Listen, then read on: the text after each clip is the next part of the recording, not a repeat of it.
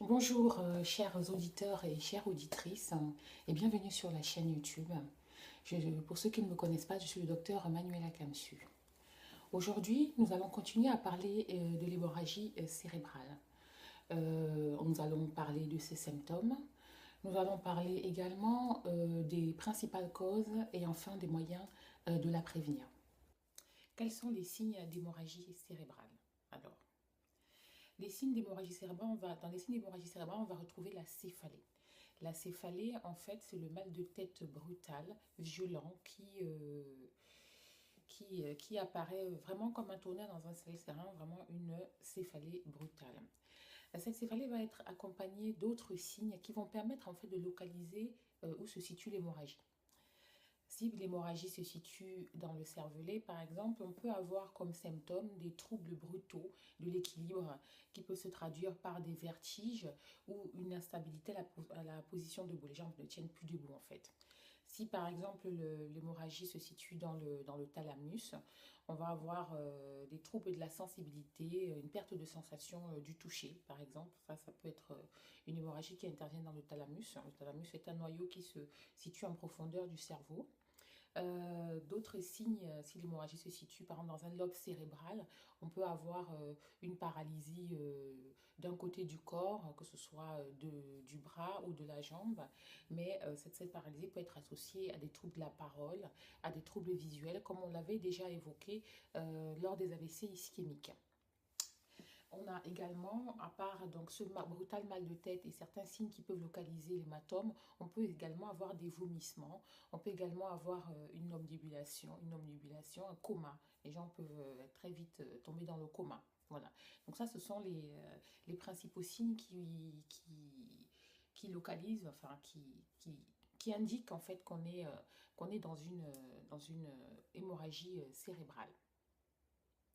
Mais dans tous les cas, quelle que soit la cause en fait de l'AVC, qu'il soit ischémique, donc en rapport avec une artère bouchée ou qu'il soit hémorragique, en rapport avec une artère qui a éclaté, bon, on retrouve quand même quelques signes communs qui vont être la céphalée, qui vont être le caractère brutal, l'atteinte d'une moitié du corps, l'atteinte de l'impossibilité voilà, de bouger normalement, l'impossibilité de sentir normalement. Voilà, ça c'est des signes en fait qui vont être évocateurs d'AVC en général, quelle que soit la cause. Maintenant, nous allons parler des causes spécifiques de l'hémorragie cérébrale. L'hémorragie cérébrale, on va avoir des causes qu'on va appeler des causes primaires. Ces causes, ça va être l'hypertension artérielle et l'angiopathie amyloïde que je vais expliciter après, et des causes secondaires. L'hypertension artérielle. Cette fameuse hypertension artérielle avait déjà été impliquée dans les AVC ischémiques qui survenaient par obstruction d'une artère du cerveau. L'hypertension va également intervenir dans les hémorragies cérébrales. Par quel mécanisme?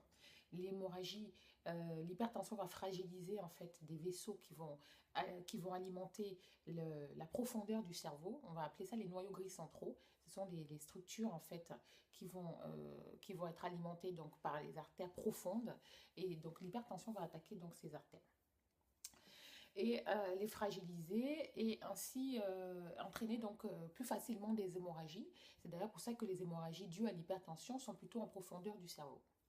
L'angiopathie amyloïde, elle, en fait, c'est une autre maladie qui est due à des dépôts de substances amyloïdes au sein des parois des artères. Et ce sont des artères qui se situent au niveau du cortex, mais également à l'interface entre le cortex et les enveloppes du cortex. Donc, toutes ces hémorragies dues à l'angiopathie amyloïde vont être plutôt situées en périphérie. Et elles vont avoir un caractère qui est assez évocateur, c'est un caractère assez récidivant. Voilà. L'angiopathie amyloïde va plutôt atteindre des patients autour de 70 ans, alors que l'hypertension, ce sera plutôt autour de 50 ans. Ça peut être un moyen de distinguer en fait la cause d'une ou de l'autre hémorragie, ou de l'autre cause d'hémorragie cérébrale en fait. Donc, nous n'avons pas que ces deux causes, pas que l'hypertension, pas que l'angiopathie amyloïde. On a aussi l'alcoolisme chronique. Voilà, on sait que les patients qui boivent de façon chronique de l'alcool sont plus à risque de faire des hémorragies intracérébrales. Les patients qui sont sur anticoagulants sont également plus à risque de faire des hémorragies intracérébrales.